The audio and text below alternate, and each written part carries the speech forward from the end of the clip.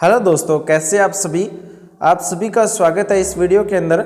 आज इस वीडियो के अंदर देखेंगे रीट लेवल 2 बायोलॉजी के ऑल क्वेश्चन। यानी कि दोस्तों रीट लेवल 2 के अंदर जितने भी बायोलॉजी के क्वेश्चन हैं सभी टॉपिक्स के क्वेश्चन आपको इस वीडियो के अंदर मिलेंगे।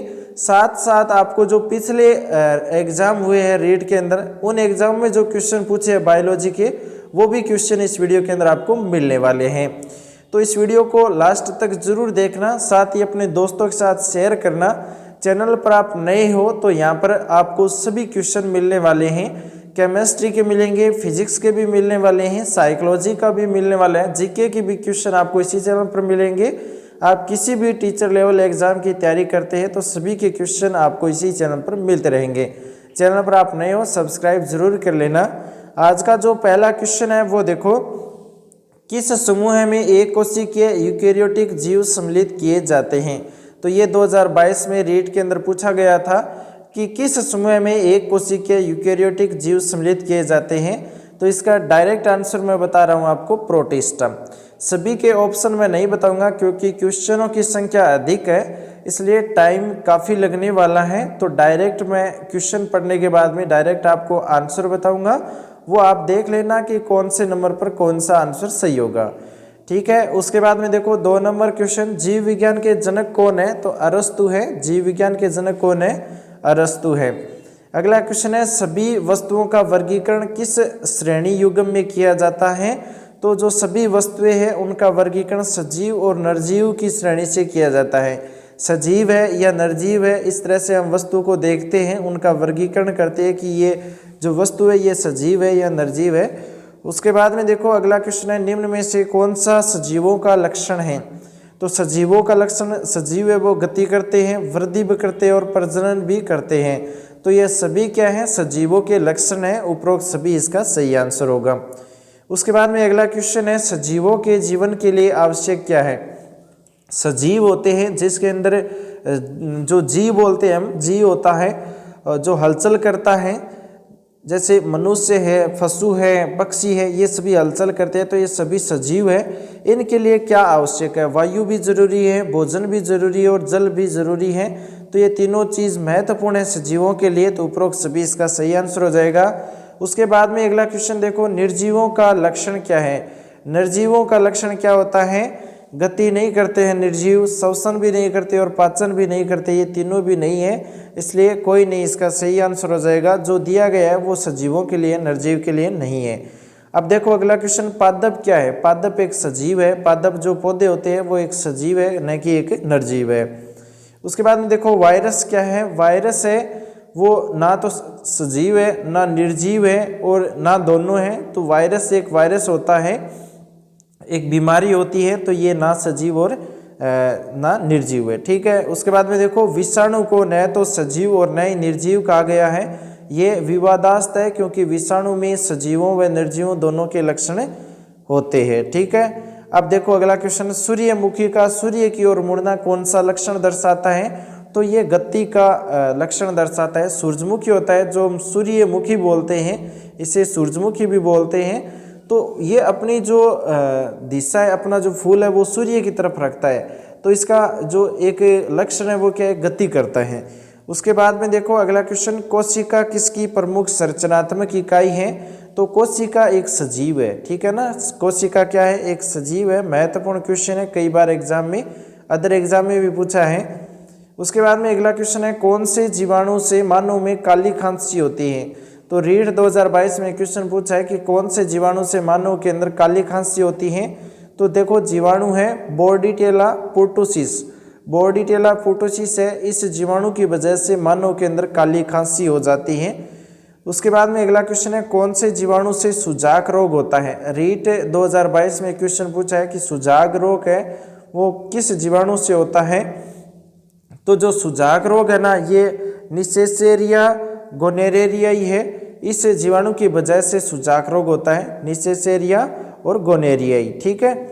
उसके बाद में अगला क्वेश्चन देखो, कौन से जीवाणु से मानव में फ्लोरिसी रोग होता है। फ्लोरिसी रोग है ये कौन से जीवाणु के वजह से होता है मानव में। तो ये देखो जीवाणु का नाम दे रखा है माइकोबैक्टीरियम ट्यूबरक्लोरोसिस, ठीक है, माइकोबैक्टीरियम ट्यूबरक्लोरोसिस है।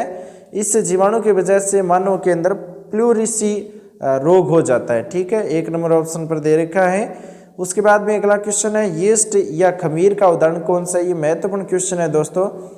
यीस्ट जो खमीर है ये कवक का एक उदाहरण है। यीस्ट किस में होता है? कवक में होता है, ठीक है। उसके बाद में अगला क्वेश्चन है वायरस जनित रोग कौन सा है। तो टाइफाइड, मलेरिया, दस्त, रेबीज है ना, ये वायरस जनित रोग है। टाइफाइड, मलेरिया, दस्त ये नहीं है वायरस जनित रोग, बाकी रेबीज है ना ये वायरस जनित रोग है। उसके बाद में अगला क्वेश्चन देखो, पेनिसिलिन की खोज किसने की थी। ये रीट लेवल 2 2017-18 में पूछा गया क्वेश्चन है कि पेनिसिलिन की खोज किसने की थी। तो अलेक्जेंडर फ्लेमिंग ने पेनिसिलिन की खोज की थी, आप सभी जानते हैं। महत्वपूर्ण क्वेश्चन है, छोटी क्लासों के अंदर ही आपको ये देखने के मिल जाएंगे इस प्रकार के क्वेश्चन। उसके बाद में देखो, निम्नलिखित जीवाणुओं में से मानव जाति के लिए लाभकारी है। ये रीट 2015 में पूछा है कि कौन सा जीवाणु है जो मानव जाति के लिए लाभकारी है। तो कोकस है, स्ट्रेप्टोकोकस, ये जीवाणु मानव जाति के लिए लाभकारी होता है। उसके बाद में अगला क्वेश्चन है पेनिसिलिन नामक औषधि प्राप्त की जाती है। तो पेनिसिलिन जो नामक औषधि है ये कवक से प्राप्त की जाती है, कवक से। अगला क्वेश्चन है वायरस जनित रोग कौन सा है। तो पोलियो है एक वायरस जनित, प्लेग, कॉलेरा और टाइफाइड ये सभी वायरस जनित रोग नहीं है, बाकी पोलियो है एक वायरस जनित रोग है। अगला क्वेश्चन है निम्न में से वायरस जनित रोग है। तो वो एक एड्स है, पोलियो है, खसरा है, ये तीनों ही रोग क्या है? वायरस जनित रोग है। अगला क्वेश्चन है टिटनेस के लिए टीका है। टिटनेस के लिए टीका कौन सा है। 1 नंबर है BCG का टीका, 2 नंबर पर है DPT का टीका और 3 नंबर पर दे रखा है MMR का टीका, 4 नंबर पर है TAV का टीका। तो इसका सही जो आंसर है दोस्तों, टिटनेस के लिए जो टीका है वो है DPT का टीका, ठीक है, DPT का टीका लगाया जाता है टिटनेस के लिए। 2 नंबर ऑप्शन सही हो जाएगा। उसके बाद में अगला क्वेश्चन देखो, BCG का टीका किस रोग की रोकथाम के लिए लगाया जाता है। तो 6 रोग हो जाता है ना, उसकी रोकथाम के लिए BCG का टीका लगाया जाता है 6 रोग के लिए। अगला क्वेश्चन है पोलियो की दवा शिशु को पिलाई जाती है जन्म के बाद। तो जन्म के 3 महीने बाद, चौथे महीने में और 5वें महीने, तो इन सभी महीनों के अंदर पोलियो की दवाई पिलाई जाती है। उपरोक्त सभी इसका सही आंसर होगा। उसके बाद में देखो अगला क्वेश्चन, निम्न में से संक्रामक रोग कौन सा है। मधुमेह, कुष्ठ, कैंसर और गठिया। तो संक्रामक रोग है वो है कुष्ठ रोग। कुष्ठ रोग है वो एक संक्रामक रोग है। उसके बाद में अगला क्वेश्चन देखो, टाइफाइड या मियादी बुखार में शरीर का कौन सा अंग प्रभावित होता है। तो टाइफाइड हो जाता है, मियादी बुखार हो जाती है, तो अपनी जो आंत है ना ये प्रभावित होती है सबसे ज़्यादा। शरीर का जो आंत है, शरीर का सबसे जो एक अंग है प्रभावित अंग, वो है आंत, टाइफाइड या मियादी बुखार में। उसके बाद में अगला क्वेश्चन देखो, निम्न में से जीवाणुओं से होने वाला रोग नहीं है। तो चेचक, तपेदिक, हैजा और प्लेग दे रखा है, इसमें जीवाणुओं से होने वाला रोग नहीं है वो है चेचक। चेचक है वो जीवाणु से नहीं होता है, बाकी तपेदिक, हैजा, प्लेग ये जीवाणु से होता है। अगला जो क्वेश्चन है, पीलिया हेपेटाइटिस का संबंध शरीर के किस अंग से होता है। तो जिगर, जो जिगर होता है इससे है पीलिया हेपेटाइटिस हो जाता है ना फेफड़ों के अंदर, ठीक है। उसके बाद में देखो अगला क्वेश्चन, मानव शरीर में एंटीबॉडीज का निर्माण होता है। तो अस्थि मज्जा के अंदर क्या होता है, मानव शरीर में एंटीबॉडीज का निर्माण होता है। एंटीबॉडीज का निर्माण कहाँ पर होता है, अस्थि मज्जा में। उसके बाद में अगला क्वेश्चन है, एडवर्ड जेनर द्वारा जिस रोग का टीका विकसित किया गया था वह कौन सा है। तो चेचक। चेचक का टीका एडवर्ड जेनर द्वारा विकसित किया गया था, तो चेचक इसका राइट आंसर हो जाएगा।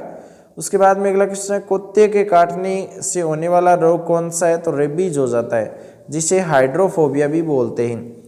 यानी कि दोस्तों अगर कुत्ता किसी को काट देता है तो रेबीज रोग हो जाता है, हाइड्रोफोबिया, जिसका कोई इलाज नहीं है, ठीक है। रेबीज और टिटनेस है ना, इन दोनों का इलाज नहीं है। उसके बाद में जो अगला क्वेश्चन है वो देखो, प्रथम प्राकृतिक प्रतिजैविक है। प्रथम प्राकृतिक प्रतिजैविक इनमें से कौन सा है। पेनिसिलिन है ना, ये एक प्रथम प्राकृतिक प्रतिजैविक है। उसके बाद में अगला क्वेश्चन देखो, विश्व एड्स दिवस कब मनाया जाता है। तो 1 दिसंबर को विश्व एड्स दिवस मनाते हैं। 1 नंबर ऑप्शन सही हो जाएगा। अगला क्वेश्चन है, किस स्थान विशेष पर रोग का फैलना कहलाता है। तो स्थानीय, जो स्थानीय होता है, जो विशेष रोग फैल जाता है, जैसे कोरोना आया था, एक स्थानीय है। उसके बाद में देखो राष्ट्रीय स्वास्थ्य नीति कब बनाई गई थी, महत्वपूर्ण है। राष्ट्रीय स्वास्थ्य नीति है वो 1983 को बनाई गई थी। राष्ट्रीय स्वास्थ्य नीति है वो 1983 को क्वेश्चन है, मृत्यु का कारण निश्चित करने के लिए शरीर का पोस्टमार्टम क्या कहलाता है? तो एवर्सन बोलते हैं इसे, एवर्सन। मृत्यु का जो कारण है जानने के लिए एक शरीर का पोस्टमार्टम किया जाता है बॉडी का, जिसे एवर्सन बोलते हैं।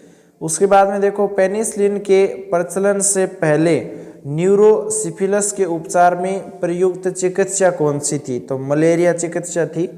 पेनिसिलिन के प्रचलन से पहले जो सिफिलिस के उपचार में है वो मलेरिया चिकित्सा प्रयुक्त चिकित्सा थी, मलेरिया चिकित्सा। उसके बाद में अगला क्वेश्चन देखो, भारतीय शल्य चिकित्सा पद्धति का पितामह किसे कहते हैं? तो जो सुश्रुत था ना, उसे भारतीय शल्य चिकित्सा पद्धति का पितामह कहते हैं, सुश्रुत को। अगला जो क्वेश्चन है, चिकित्सा शास्त्र का देवता किसे कहते हैं? तो चिकित्सा शास्त्र का देवता धन्वंतरी को कहते हैं। धन्वंतरी है जिसे चिकित्सा शास्त्र का देवता कहते हैं। उसके बाद में अगला क्वेश्चन देखो, मेडिकल पियर बनने वाला पहला चिकित्सक कौन है? तो सर जोसेफ लिस्टर है ना, सर जोसेफ लिस्टर, ये मेडिकल पियर बनने वाला पहला चिकित्सक था, सर जोसेफ लिस्टर। उसके बाद में अगला क्वेश्चन देखो, रक्तदान की पद्धति के प्रणेता कौन है?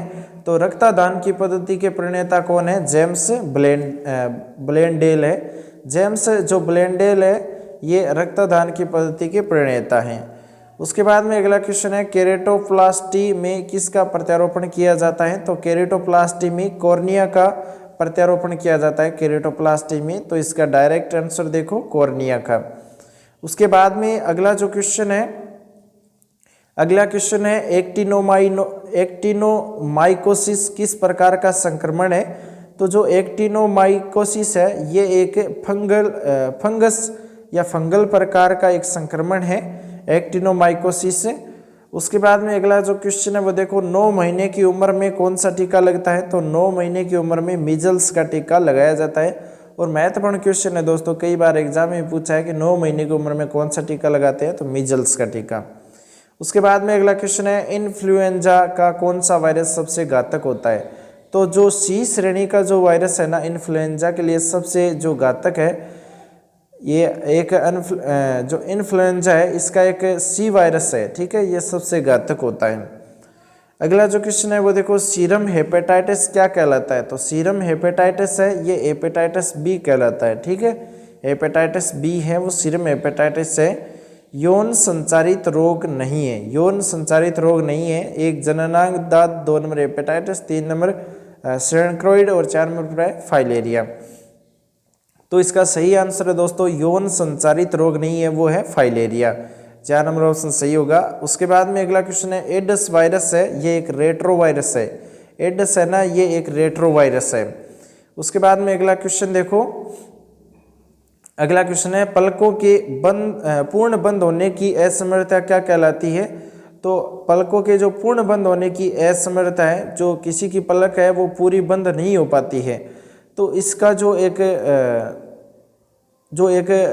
पलक बंद नहीं होने की जो असमर्थ है, इसका जो एक कारण है वो है लेगोफ्थेलेमस, ठीक है, लेगोफ्थेलेमस, ठीक है, ये आप ध्यान रखना, इसे लेगोफ्थेलेमस बोलते हैं।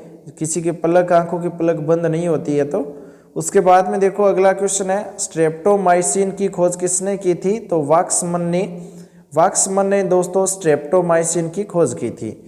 उसके बाद में अगला क्वेश्चन है, टीबी के उपचार में सफल होने वाली प्रथम दवा कौन सी है? तो स्ट्रेप्टोमाइसिन है ना, ये टीबी के उपचार में सफल होने वाली पहली प्रथम दवा है स्ट्रेप्टोमाइसिन। उसके बाद में अगला क्वेश्चन है, कोप्लिक स्पोटस दिखाई देते हैं।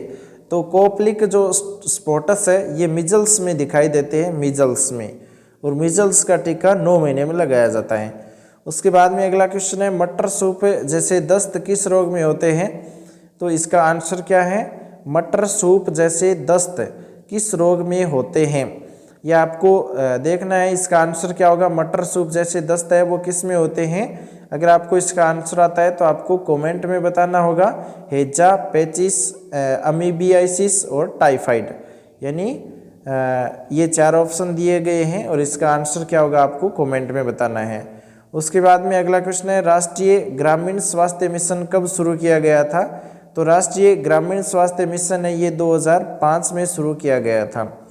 उसके बाद में अगला क्वेश्चन है, किस वर्ग के पौधों को पादप जगत के उभयचर कहा जाता है? रीट के अंदर 2022 में क्वेश्चन पूछा है कि किस वर्ग के पौधों को पादप जगत के उभयचर कहते हैं? तो ब्रायोफाइटा वर्ग के जो पौधे हैं उसे पादप जगत के उभयचर कहते हैं।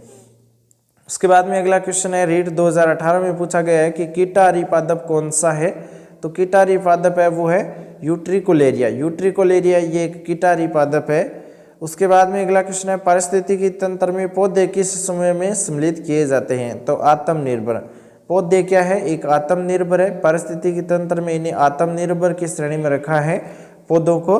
उसके बाद में अगला क्वेश्चन है, निम्न में से सत्य नहीं है। तो निम्न में से सत्य कौन सा नहीं है? शाक अकाष्ठीय वार्षिक पादप है, 2 नंबर। छूफ बहुवर्षीय काष्ठीय पादप है, 3 नंबर पर है।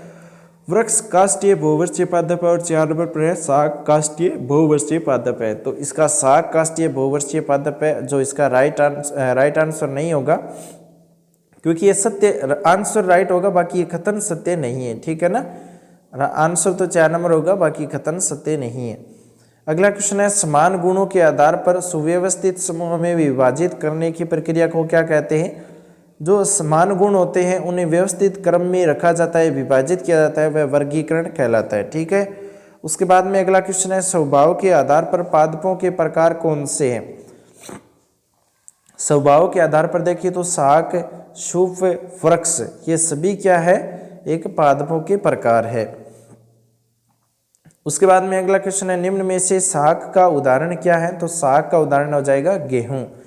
उसके बाद में अगला क्वेश्चन है, निम्न में से शूफ का उदाहरण क्या है? तो शूफ का उदाहरण एक तो मेहंदी, कनेर, गुड़हल ये सभी क्या है? शूफ के उदाहरण है। मेहंदी, कनेर और गुड़हल सभी इसका सही आंसर होगा। उसके बाद में अगला क्वेश्चन है, निम्न में से वृक्ष का उदाहरण है? तो पीपल, बरगद, खेजड़ी सभी क्या है? वृक्ष है। अगला क्वेश्चन है, मक्का, जवार, सरसों, सूरजमुखी ये सभी क्या है? ये सभी वार्षिक पौधे हैं। मक्का, जवार, सरसों, सूरजमुखी सभी क्या है? वार्षिक पौधे हैं। उसके बाद में अगला क्वेश्चन देखो, आर्टिमिशिया पादप क्या है? ये एक अल्पायु है। आर्टिमिशिया पादप है वो क्या है? एक अल्पायु है। उसके बाद में अगला क्वेश्चन देखो, वे पादप जिनका जीवन काल लंबा होता है तथा प्रत्येक वर्ष एक निश्चित ऋतु में ही पुष्पन की प्रक्रिया देते हैं उसे बहुवर्षीय पादप कहते हैं। ठीक है, एक निश्चित ऋतु के अंदर पुष्प देते हैं उसे बहुवर्षीय पादप कहते हैं। उसके बाद में अगला क्वेश्चन देखो, वे पादप जो जीवन काल में द्वितीय वर्ष में पुष्पन की क्रिया करते हैं क्या कहलाते हैं? उसे द्विवर्षीय पादप कहते हैं। वे पादप जो जीवन काल के द्वितीय वर्ष में पुष्पन की क्रिया करते हैं उसे द्विवर्षीय पादप कहते हैं। उसके बाद में अगला क्वेश्चन देखो, आरोही पादप में आरोहण हेतु उत्पन्न संरचनाएं क्या कहलाती हैं? आरोही पादप में आरोहण हेतु उत्पन्न जो संरचना है उसे प्रतान कहते हैं। उसे क्या कहते हैं? प्रतान। उसके बाद में अगला क्वेश्चन देखो, प्रतान किसका रूपांतरण है? तो प्रतान एक तो पत्तियों, शाखा और सहपत्र इन तीनों का रूपांतरण है वो है प्रतान। उसके बाद में अगला क्वेश्चन देखो, निम्न में से आरोही पादप का उदाहरण क्या है? निम्न में से आरोही पादप का उदाहरण क्या है? मटर है, लौकी है, करेला है, ये तीनों ही क्या है? आरोही पादप के उदाहरण हैं। उसके बाद में अगला क्वेश्चन देखो, वल्लरी पादप में अवलंब से जुड़ने में सहायक क्या है? वल्लरी पादप में अवलंब से जुड़ने में सहायक क्या है? तो तन्ना इसका राइट आंसर होगा। उसके बाद में अगला क्वेश्चन देखो, अगला क्वेश्चन दे रखा है, वोगनविलिया पादप क्या है? वोगनविलिया पादप है वो एक वल्लरी पादप है। क्या है? एक वल्लरी पादप। उसके बाद में अगला क्वेश्चन है, लवणीय जल में पाई जाने वाली शैवाल वर्ग है। तो लवणीय जल में पाई जाने वाली जो शैवाल वर्ग है उसे फियोफाइसी कहते हैं। फियोफाइसी कहते हैं। लवणीय जल में जो पाई जाने वाली शैवाल है उसे फियोफाइसी कहते हैं। उसके बाद में अगला क्वेश्चन देखो, आर्कटिक क्षेत्र में पाए जाने वाली बोनी वृक्ष विहीन वनस्पति क्या कहलाती हैं? आर्कटिक क्षेत्र में पाई जाने वाली जो बोनी वृक्ष विहीन वनस्पति है उसे टुंड्रा वनस्पति कहते हैं। उसे क्या कहते हैं? टुंड्रा वनस्पति कहते हैं। उसके बाद में अगला क्वेश्चन है, सोल्डनेला क्या है? तो सोल्डनेला है ये एक टुंड्रा वनस्पति है। उसके बाद में अगला क्वेश्चन है, निम्न में से शीतोष्ण वनस्पति का उदाहरण क्या है? तो शीतोष्ण वनस्पति के उदाहरण देखो, एक तो है थुजा, प्लिकेटा, और 2 नंबर पर दे रखा है एंड्रोपोगोन गारार्डिडी, 3 नंबर पर दे रखा है काइलेरिया क्रिस्टाटा। तो ये सभी क्या है, एक शीतोष्ण वनस्पति के उदाहरण है। उपरोक्त सभी इसका सही आंसर हो जाएगा। उसके बाद में अगला क्वेश्चन देखो, निम्न में से समशीतोष्ण वनस्पति है। तो समशीतोष्ण वनस्पति एक तो मैग्नोलिया है, हेलिस है, लेसिमोना है, ये सभी क्या है, समशीतोष्ण वनस्पति है। उसके बाद में जो अगला क्वेश्चन है वो देखो, ताप के आधार पर वनस्पति के प्रकार बताने हैं। तो ताप पहले उच्च तापी, फिर मध्य तापी, फिर न्यून तापी और लास्ट में है अति न्यून तापी। ये तापमान के आधार पर वनस्पति बांटी गई है, उच्च तापी, मध्य तापी, न्यून तापी और अति न्यून तापी। उसके बाद में अगला क्वेश्चन देखो, मिश्रित शंकुवृक्षी वन है। मिश्रित शंकुवृक्षी वन है वो है न्यूनतापी वनस्पति। मिश्रित शंकुवृक्षी वन है वो है न्यूनतापी वनस्पति। उसके बाद में अगला क्वेश्चन देखो, अत्यधिक न्यून तापक्रम पर उगने वाली वनस्पति को क्या कहते हैं। तो उसे अल्पाइन वनस्पति बोला जाता है। अत्यधिक न्यून तापक्रम पर उगने वाली वनस्पति को अल्पाइन वनस्पति कहते हैं। 3 नंबर ऑप्शन सही हो जाएगा। उसके बाद में अगला क्वेश्चन है, निम्न में से उच्चतापी वनस्पति है। तो उच्चतापी जो वनस्पति है वो है उष्णकटिबंधीय वर्षा वन है, उसे उष्णकटिबंधीय जो वर्षा वन है उसे उच्चतापी वनस्पति कहते हैं। उसके बाद में अगला क्वेश्चन देखो, पत्तियों में उपस्थित पर्णहरित द्वारा सर्वाधिक अवशोषित प्रकाश कौन सा है। तो लाल एवं नीला। लाल एवं नीला है ये पत्तियों में उपस्थित पर्णहरित द्वारा सर्वाधिक अवशोषित प्रकाश है, लाल और नीला। उसके बाद में अगला क्वेश्चन है, प्रकाश की तीव्रता के आधार पर पादपों के प्रकार कौन से हैं। तो प्रकाश की तीव्रता के आधार पर पादपों के प्रकार एक तो छाया रागी है, एक प्रकाश रागी पादप है। ठीक है, छाया रागी एवं प्रकाश रागी पादप है, ये प्रकाश की तीव्रता के आधार पर पादप है। उसके बाद में अगला क्वेश्चन है, निम्न में से प्रकाश रागी पादप है। प्रकाश रागी पादप है ना, एक तो सूरजमुखी है, दूसरा अमेरेंथस है और तीसरा है सेलिक्स। ये तीनों क्या है, प्रकाश रागी पादप है। उसके बाद में अगला क्वेश्चन है, निम्न में से छाया रागी पादप है। तो छाया रागी एक तो एलिफेंटोप्स है, ये छाया रागी पादप है, एलिफेंटोप्स। ठीक है, उसके बाद में अगला क्वेश्चन है, एकलिफा एबीज पीशिया फेगस आदि पादप क्या है, छाया रागी पादप है। एकलिफा एबीज पीशिया और फेगस ये सभी क्या है, छाया रागी पादप है। उसके बाद में जो अगला जो क्वेश्चन है वो देखो, क्रांतिक प्रदीप्ति काल क्या है। क्रांतिक जो प्रदीप्ति काल है वह पादप में पुष्पन क्रिया को प्रेरित करने हेतु आवश्यक दीप्ति काल है। क्रांतिक प्रदीप्ति काल क्या होता है, पादप में पुष्पन क्रिया को प्रेरित करने हेतु आवश्यक जो दीप्ति काल है उसे क्रांतिक प्रदीप्ति काल कहते हैं। उसके बाद में अगला क्वेश्चन है, वे पादप जिन्हें पुष्पन हेतु क्रांतिक प्रदीप्ति काल से अधिक अवधि तक प्रकाश की आवश्यकता होती है उसे क्या कहते हैं, उसे दीर्घ प्रदीप्तिकालीन पादप कहते हैं। वे पादप जिन्हें पुष्पन हेतु क्रांतिक प्रदीप्ति काल से अधिक अवधि तक प्रकाश की आवश्यकता होती है तो उसे दीर्घ प्रदीप्तिकालीन पादप कहते हैं। यानी कि दोस्तों प्रदीप्तिकालीन है वो सबसे ज़्यादा चाहिए इनको। उसके बाद में देखो अगला क्वेश्चन है जेनथियम क्या है। जेनथियम क्या है, जेनथियम एक शारीरिक पौधे हैं, शारीरिक पौधे जिसे जेनथियम कहते हैं। अगला क्वेश्चन है, मृदा के आधार पर लाइकेन क्या है। मृदा के आधार पर लाइकेन एक पथरीला पौधा है, पथरीला पौधा है दोस्तों लाइकेन। उसके बाद में अगला क्वेश्चन है, हाइड्रिला किस प्रकार का पादप है। हाइड्रिला है ये किस प्रकार का पादप है, हाइड्रिला तो ये एक स्थिर जलमग्न जलीय पौधा है। हाइड्रिला है ना, ये स्थिर जलमग्न जलीय पौधा है। उसके बाद में अगला क्वेश्चन है, सबसे छोटा पादप पुष्प होता है। सबसे छोटा जो पादप पुष्प है वो कौन सा होता है, वुल्फिया। वुल्फिया है ना, ये सबसे छोटा पादप पुष्प होता है। उसके बाद में अगला क्वेश्चन है, मरुद्भिद किस दशा में पनपते हैं। तो मरुद्भिद जो वनस्पति है एक, ये उष्ण एवं शुष्क जलवायु में होता है। मरुद्भिद जो वनस्पति है राजस्थान के अंदर है, उष्ण एवं शुष्क क्षेत्र में। ठीक है, उसके बाद में अगला क्वेश्चन देखो, मुलायम पत्तियों वाला रेगिस्तानी पौधा कौन सा है। तो मुलायम पत्तियों वाला रेगिस्तानी पौधा एक तो अगेव है, दूसरा एलोए है और 3 नंबर पर दे रखा है ब्रायोफिलम। ये तीनों ही क्या है, मुलायम पत्तियों वाला रेगिस्तानी पौधा है। उसके बाद में अगला क्वेश्चन है, लवणीय दलदली स्थलों पर उगने वाले पादप क्या कहलाते हैं? लवणीय दलदली स्थलों पर उगने वाले जो पादप है उसे एक पौधा को लवणीय मिट्टी में उगता है। ठीक है, एक पौधा है जो लवणीय मिट्टी में उगता है। लवणीय दलदली स्थलों पर उगने वाले पादप क्या कहलाते हैं? एक पौधा होगा जो लवणीय मिट्टी में उगता है।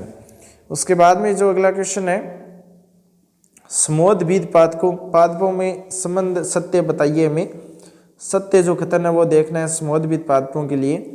तो इसमें जलीय अमरूदभिद के बीज की विशेषता है। ठीक है, इसमें स्वयं एवं यांत्रिक उत्तक भली भांति विकसित होते हैं, ये भी सही है। ये आर्द्र आवासों एवं अच्छी वायवीय मृदा में पाए जाते हैं। तो ये तीनों ही कथन क्या हो जाएंगे? इसके सत्य हो जाएंगे। उसके बाद में अगला क्वेश्चन है, मैंग्रोव वनस्पति के संबंध में सत्य कथन कौन सा है? तो समुद्र किनारे दलदली जलाक्रांत लवण युक्त क्षेत्रों की वनस्पति है, न्यूमेटोफोर पाए जाते हैं और जरायुजता उपस्थित होती है। ठीक है, ये तीनों ही कथन सही है। मैंग्रोव वनस्पति के लिए उपरोक्त सही आंसर इसका सही होगा। उसके बाद में अगला क्वेश्चन है, निम्न में से मैंग्रोव वनस्पति है जो इनमें से मैंग्रोव वनस्पति कौन सी है? राइजोफोरा। राइजोफोरा है ना दोस्तों, ये एक मैंग्रोव वनस्पति है। उसके बाद में अगला क्वेश्चन है, शैवाल है। शैवाल क्या है? शैवाल एक आत्मनिर्भर है। शैवाल है वो एक आत्मनिर्भर है। उसके बाद में अगला क्वेश्चन है, शैवालों में संचित खाद्य पदार्थ कौन सा है? शैवालों में संचित खाद्य पदार्थ है वो है स्टार्च। स्टार्च है ना, ये शैवालों में संचित खाद्य पदार्थ है। उसके बाद में अगला क्वेश्चन है, सबसे बड़ा ब्रायोफाइटा है। सबसे बड़ा जो ब्रायोफाइटा है वो कौन सा है? डायसोनिया। डायसोनिया है दोस्तों, डायसोनिया है, ये सबसे बड़ा ब्रायोफाइटा है। उसके बाद में अगला क्वेश्चन है, सबसे छोटा टेरिडोफाइट कौन सा है? सबसे छोटा जो टेरिडोफाइट है वो कौन सा है? एजोला। एजोला है ना, ये सबसे छोटा टेरिडोफाइटा है। उसके बाद में अगला क्वेश्चन है, सबसे बड़ा बीजांड किस पादप का है? सबसे बड़ा जो बीजांड है ना, ये साइकस पादप का है। साइकस पादप का है सबसे बड़ा बीजांड।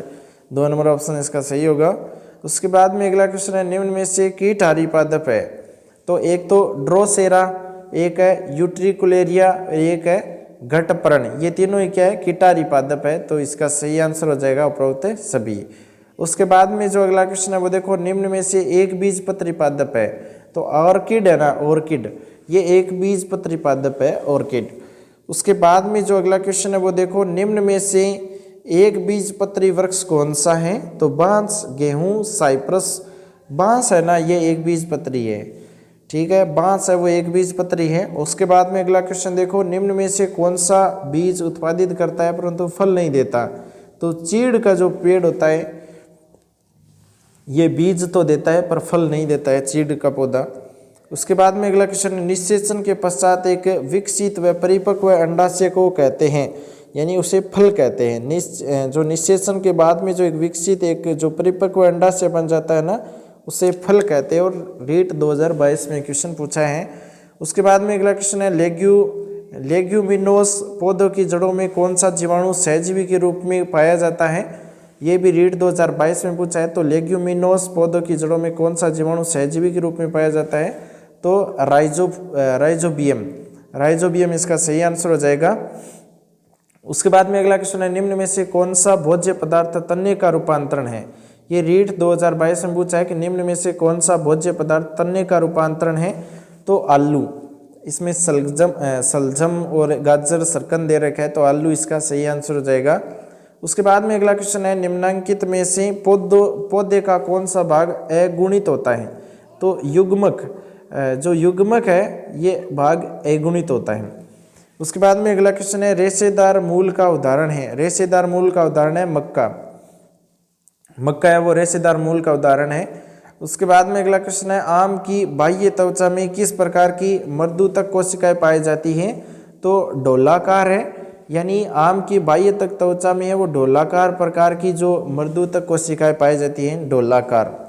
उसके बाद में अगला क्वेश्चन है, प्रेरक कोशिकाएं पाई जाती हैं? तो बाह्य त्वचा में, बाह्य त्वचा में दोस्तों प्रेरक कोशिकाएं पाई जाती है। उसके बाद में अगला क्वेश्चन है, विषम पर्णता संबंधित है? विषम पर्णता है वो संबंधित है जलोदभिद से, जलोदभिद से संबंधित है। विषम पर्णता संबंधित है जलोदभिद से। उसके बाद में अगला क्वेश्चन है द्विबीजपत्री पर्ण होते हैं, द्विबीजपत्री पर्ण होते हैं वो पृष्ठधारी हैं, पृष्ठधारी हैं द्विबीजपत्री पर्ण। उसके बाद में अगला क्वेश्चन है मध्यज प्रकार के पर्णरंध्र पाए जाते हैं, यानी कि दोस्तों मध्यज प्रकार के जो पर्णरंध्र है वो पाए जाते हैं क्रूसीफेरी में, क्रूसीफेरी में पाए जाते हैं मध्यज प्रकार के पर्णरंध्र क्रूसीफेरी में। उसके बाद में अगला क्वेश्चन है पत्तियों में उत्तक तंत्र पाए जाते हैं, तो पत्तियों के अंदर जो उत्तक तंत्र है वो 3 प्रकार के पाए जाते हैं। कितने प्रकार के होते हैं? 3 प्रकार के। उसके बाद में अगला क्वेश्चन है कंदील पर्ण पाई जाती है, तो कंदील जो पर्ण है ये प्याज में पाई जाती है, कंदील पर्ण। उसके बाद में अगला क्वेश्चन है अपस्थानिक मूल तंत्र पाया जाता है, अपस्थानिक जो मूल तंत्र है वो ब्रायोफिल्म में पाया जाता है, यानी कि दोस्तों अपस्थानिक मूल तंत्र है ये ब्रायोफिल्म में पाया जाता है, 1 नंबर ऑप्शन सही हो जाएगा। उसके बाद में अगला क्वेश्चन है निष्क्रिय केंद्र पाया जाता है, निष्क्रिय केंद्र किस में होता है? मूल शीर्ष पर। मूल शीर्ष की बात करें तो निष्क्रिय केंद्र पाया जाता है। उसके बाद में जो अगला क्वेश्चन है वो देखो राइजोफोरा का उदाहरण कौन सा है, तो राइजोफोरा का उदाहरण कौन सा हो जाएगा? आरोही जड़, सवसनगुल, द्विपादप जड़ 3 और 4 नंबर पर दे रखा है अवस्तंभ जड़। इसका सही आंसर है दोस्तों सवसनमूल, ये जो राइजोफोरा है इसका उदाहरण है सवसनमूल, 2 नंबर ऑप्शन सही हो जाएगा। उसके बाद में अगला क्वेश्चन है एक व्यास समित पुष्प को 2 बराबर भागों में बांटा जा सकता है, तो एक ही तल में। एक जो व्यास समित पुष्प है इसको 2 बराबर भागों में बांटा जा सकता है एक ही तल के अंदर। उसके बाद में अगला क्वेश्चन है नर जनन चक्र युक्त पुष्प को क्या कहते हैं? नर जनन चक्र युक्त पुष्प है उसे क्या कहते हैं? पुंकेसरी पुष्प बोला जाता है, उसे क्या कहते हैं? पुंकेसरी पुष्प कहते हैं नर जनन चक्र युगम को। उसके बाद में अगला क्वेश्चन है चक्रीय विन्यास स्पाइरल अर्जेंटमेंट युक्त पुष्प का उदाहरण कौन सा है? तो वो है मैग्नोलिया, मैग्नोलिया है वो इसका चक्रीय विन्यास का उदाहरण है। उसके बाद में अगला क्वेश्चन है त्रितेयी पुष्प का उदाहरण है, त्रितेयी पुष्प का उदाहरण कौन सा है? तो केसिया, केसिया क्या है? त्रितेयी पुष्प का एक उदाहरण है। उसके बाद में अगला क्वेश्चन है पुष्प क्रम के आधार पर सहपत्रों के चक्र को क्या कहते हैं? तो पुष्प क्रम के आधार पर सहपत्रों के चक्र को परिचक्र बोला जाता है, ठीक है, परिचक्र कहते हैं। उसके बाद में अगला क्वेश्चन है क्रूसीफोरम बाह्य दलपुंज किस में पाया जाता है? तो क्रूसीफोरम बाह्य दलपुंज है ये रेफेनस में पाया जाता है, रेफेनस में। क्रूसीफोरम जो बाह्य दलपुंज है ये रेफेनस में पाया जाता है। उसके बाद में अगला क्वेश्चन है मुक्त डोली पुंकेसर किस में पाया जाता है? तो कैलिस्टीमोन है, मुक्त डोली पुंकेसर है ये कैलिस्टीमोन में पाया जाता है। उसके बाद में अगला क्वेश्चन है एक कोष्ठीय परागकोश किस में पाए जाते हैं? एक कोष्ठीय जो परागकोश है ये गुड़ल में पाया जाता है, गुड़ल में। उसके बाद में अगला क्वेश्चन है अवरोही कोर छादी विन्यास किस कुल में मिलता है? तो ये पेप्लियोनेसी जो कुल है उसमें मिलता है। अवरोही कोर छादी विन्यास है ये पेप्लियोनेसी में मिलता है। उसके बाद में अगला क्वेश्चन है बाह्य दलपुंज के आधार पर सहपत्रों के चक्र को क्या कहते हैं? बाह्य दलपुंज के आधार पर सहपत्रों के चक्र को एपिकैलिक्स कहते हैं, ठीक है, एपिकैलिक्स। बाह्य दलपुंज के आधार पर सहपत्रों के चक्र को क्या कहते हैं? एपिकैलिक्स बोलते हैं।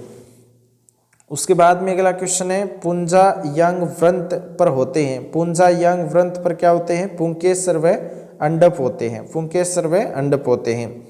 उसके बाद में अगला क्वेश्चन है निम्न में से किस में आधार्य बीजांडन्यास होता है? इनमें से किस में बीजांडन्यास होता है? आधार्य बीजांडन्यास है तो वो है सूरजमुखी में, सूरजमुखी के अंदर आधार्य बीजांडन्यास होता है। उसके बाद में अगला क्वेश्चन है निम्न में से किस में अर्ध अधोवर्ती अंडाशय पाया जाता है?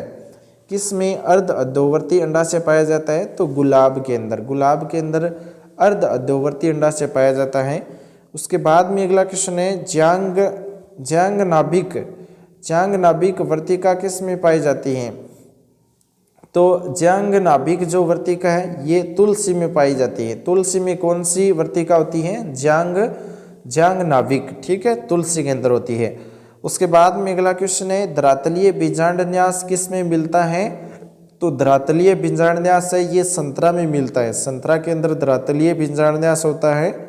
उसके बाद में अगला क्वेश्चन है वह अक्ष जिस पर पुष्प के गुच्छे लगे होते हैं तो उसे पुष्प क्रम कहते हैं। जो पुष्प क्रम है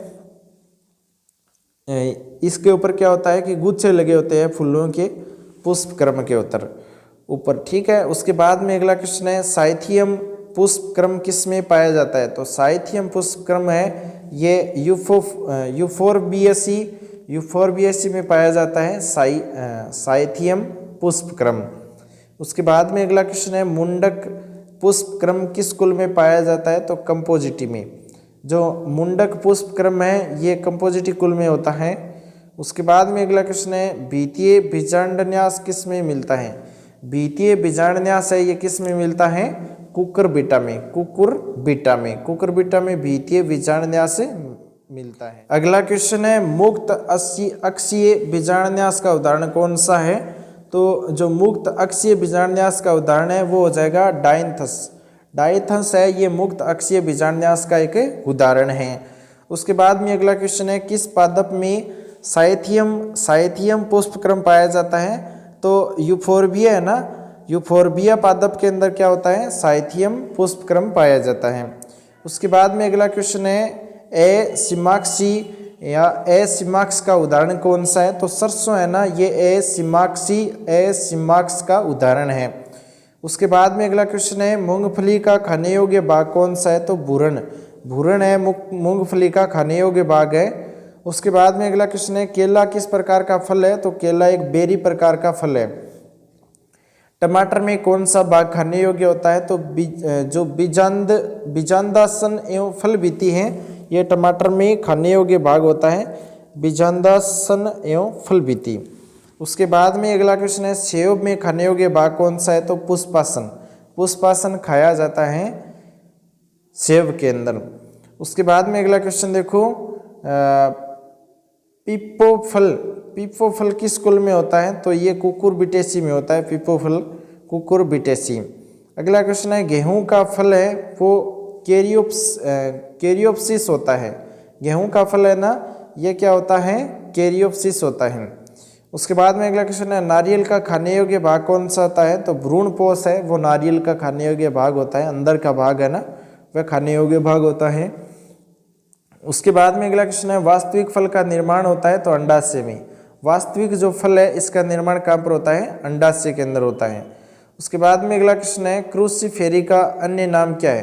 क्रूसिफेरी का अन्य नाम होता है ब्रेसिकेसी। क्रूसिफेरी का अन्य नाम क्या होता है? ब्रेसिकेसी।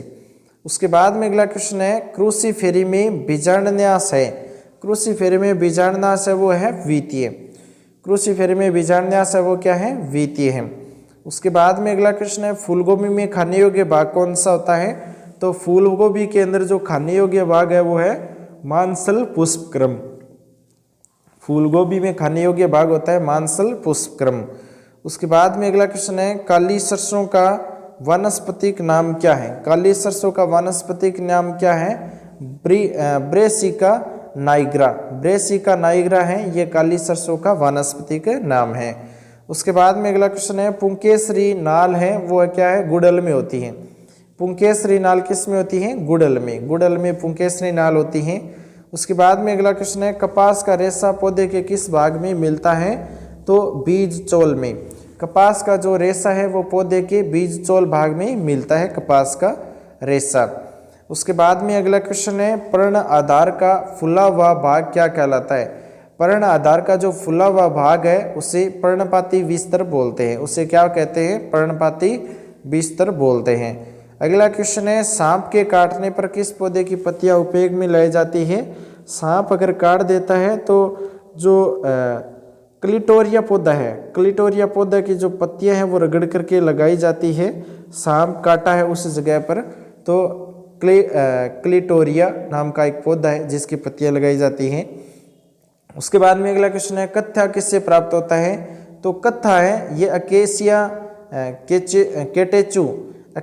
केटेचू से प्राप्त होता है कत्था। उसके बाद में अगला क्वेश्चन है दल लगन पुंकेसर में मिलते हैं।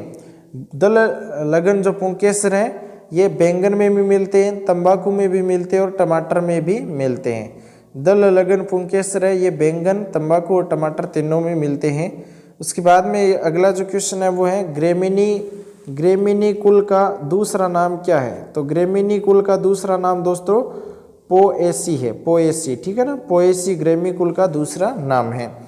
उसके बाद में अगला क्वेश्चन क्या है, अगला क्वेश्चन है प्रकाश संश्लेषण में CO ग्राही क्या होता है। तो जो प्रकाश संश्लेषण के अंदर जो CO ग्रहण करता है कार्बन डाइऑक्साइड, तो वो RUBP है, एक PEP है। ये दोनों ही क्या है, प्रकाश संश्लेषण में CO2 ग्राही है।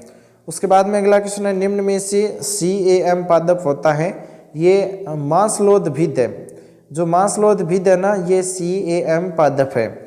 उसके बाद में अगला क्वेश्चन है प्रकाश श्वसन कहाँ होता है। तो प्रकाश का श्वसन देखो हरित लवक में भी होता है, माइटोकॉन्ड्रिया में भी होता है और पेरोक्सीसोम में भी होता है प्रकाश संश्लेषण। तो इसी का सही आंसर हो जाएगा उपरोक्त सभी।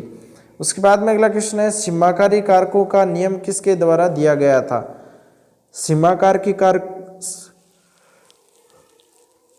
सीमाकारी जो कारक है उनके नियम का जो नियम है वो ब्लैकमैन के द्वारा दिया गया था। सीमाकारी कारकों का जो नियम है ना ये ब्लैकमैन के द्वारा दिया गया था। उसके बाद में अगला क्वेश्चन है प्रकाशीय श्वसन होता है। प्रकाशीय श्वसन पेरोक्सीसोम में होता है। पेरोक्सीसोम के अंदर क्या होता है, प्रकाशीय श्वसन होता है। उसके बाद में अगला क्वेश्चन है प्रकाश तंत्र में 2 PS सेकंड संबंधित है। तो ये ऊर्जा के विमोचन से संबंधित है।